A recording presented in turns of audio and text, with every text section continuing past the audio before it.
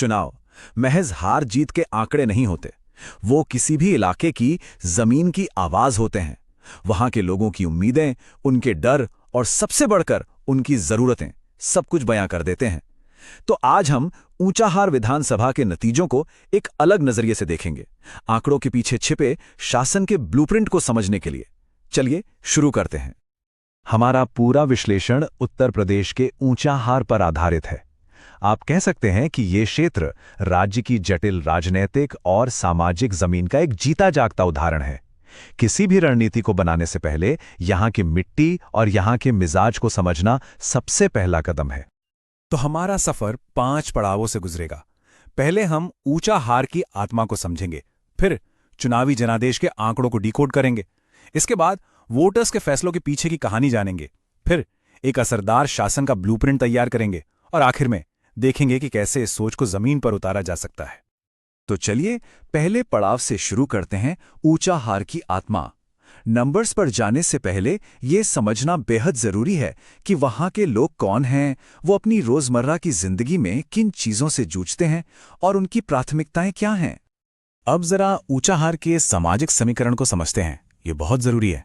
देखिए, यहाँ वोटर्स काफी डाइवर्स हैं और जाति एक अहम किरदार निभाती है। ओबीसी वोटर्स का अच्छा खासा प्रभाव है, जिनमें यादव समुदाय करीब 18% है। इसके साथ ही एक बहुत बड़ा तबका लगभग 30% अनुसूचित जाति का है। ब्राह्मण वोटर्स की भी यहाँ एक निर्णायक भूमिका है और मुस्लिम आबादी की संख्या थोड़ी कम है। लोगों की सबसे बड़ी और गंभीर शिकायतों में से एक है नौजवानों की बेरोजगारी, खासकर उन पढ़े लिखे युवाओं में जिनके परिवार एनटीपीसी भूमि अधिग्रहण से प्रभावित हुए हैं। उनमें नौकरियों की कमी एक बहुत बड़ा और संवेदनशील मुद्दा है। दूसरी बड़ी तकलीफ है जमीन के मुआवजे में होने वाली देरी। एनटीपीसी और सड़क परियोजनाओं के लिए जिन किसानों की जमीनें गईं, उन्हें वक्त पर मुआवजा ना मिलने की वजह से गहरा गुस्सा और असंतोष है। ये तनाव की एक बड़ी वजह है। और तीसरी बड़ी परेशानी जो सीधे सीधे यहाँ की अर्थव्यवस्था की रीढ़ से जुड़ी है, वो है कृषि संकट। फसलों के सही दाम न मिलना, सरकारी खरीद का अनियमित होना, ये सब मिलकर किसानों पर भारी आर्थिक बोझ डाल रहे हैं। किसी भी जनादेश की बुनियाद लोगों का सम्मान, उनकी गरिमा होती है। शासन का पहला काम लोगों की रोजमर्रा की इन तकलीफों को दूर करना है और ये सुनिश्चित करना है कि सार्वजनिक बहस मुद्दों पर आधारित हो और जिम्मेदारी के साथ की जाए। चलिए अब दूसरे हिस्से में चलते हैं। यहां हम जमीनी हकीकत से आगे बढ़कर पिछले 3 चुनावों के ठोस आंकड़ों को समझेंगे। नंबर्स क्या कहानी कहते हैं, आइए देखते हैं। ये डैशबोर्ड हमें 3 जरूरी बातें बताता है। पहली, वोटिंग प्रतिशत में एक हल्की सी गिरावट दिख रही है। 2012 में लगभग 65% से घटकर 2022 में ये करीब 62.5% पर आ गया। और दूसरी, जो सबसे अहम है, वो ये कि समाजवादी पार्टी ने 2017 में गिरावट के बाद 2022 में अपना वोट शेयर बढ़ाकर एक मजबूत वापसी की।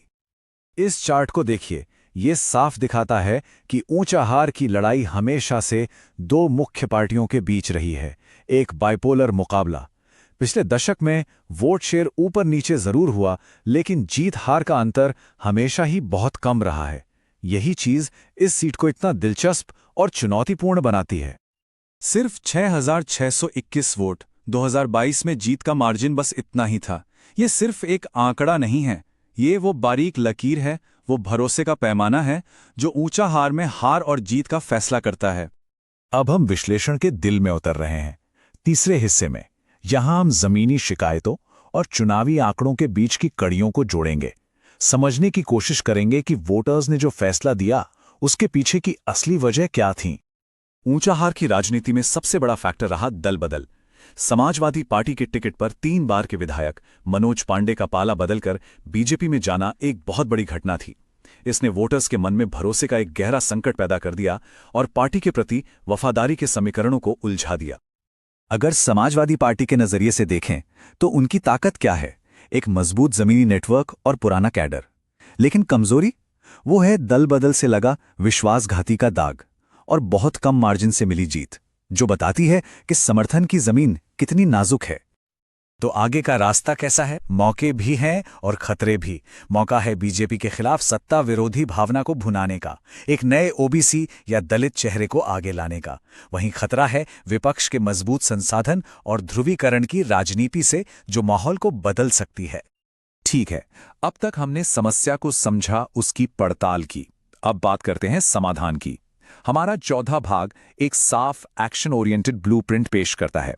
मकसद सिर्फ चुनाव जीतना नहीं, बल्कि एक असरदार और जवाबदेह शासन देना है। तो फिर 2027 के लिए एक आदर्श उम्मीदवार में क्या खूबियां होनी चाहिए? पहली, मजबूत स्थानीय पकड़ और विश्वसनीयता। दूसरी, वो किसी अहम जाति समूह जैसे ओबीसी या एससी से हों। तीसरी, उनकी छवि बेदाग हो। चौथी, वो युवा हों ताकि नौजवानों से जुड़ सकें। और सबसे जरूरी, पार्टी के प्रति उनकी निष्ठा पर कोई सवाल ना हो। इस लक्ष्य को पाने के लिए ये 90 दिन की एक ठोस योजना है। पहले 15 दिन में कोर टीम बनाना, अगले 30 दिन लोगों के बीच जाकर उनकी समस्याएं सुनना, फिर अगले 30 दिन सही संदेश को हर घर तक पहुंचाना, और आखिरी 15 दिनों में वोटर्स को पोलिंग बूथ तक लाने के लिए पूरी ताकत झोंक देना। हर कदम सोचा समझा है। अगर पूरी रणनीति को एक लाइन में कहना हो तो ये है: समाजवादी पार्टी को अपना बेस मजबूत करना होगा, वोटिंग प्रतिशत बढ़ाना होगा और एक ऐसा समावेशी संदेश तैयार करना होगा जो ओबीसी और एससी दोनों समुदायों को अपने साथ जोड़ सके। तभी खोड़ा हुआ भरोसा वापस हासिल किया जा सकता है। एक जिम्मेदार रणनीति हमेशा वोटर का सम्मान करती है। ये बहुत महत्वपूर्ण है। किसी भी तरह के डेटा का इस्तेमाल भारत के गोपनीयता और सहमति के सिद्धांतों के अनुसार ही होना चाहिए। ये सुनिश्चित करना जरूरी है कि राजनीतिक संवाद सिर्फ चुनावी तरकीबों पर नहीं, बल्कि गहरे विश्वास पर टिका हो। और अब हम अपने विश्लेषण के आखिरी पड़ाव पर हैं।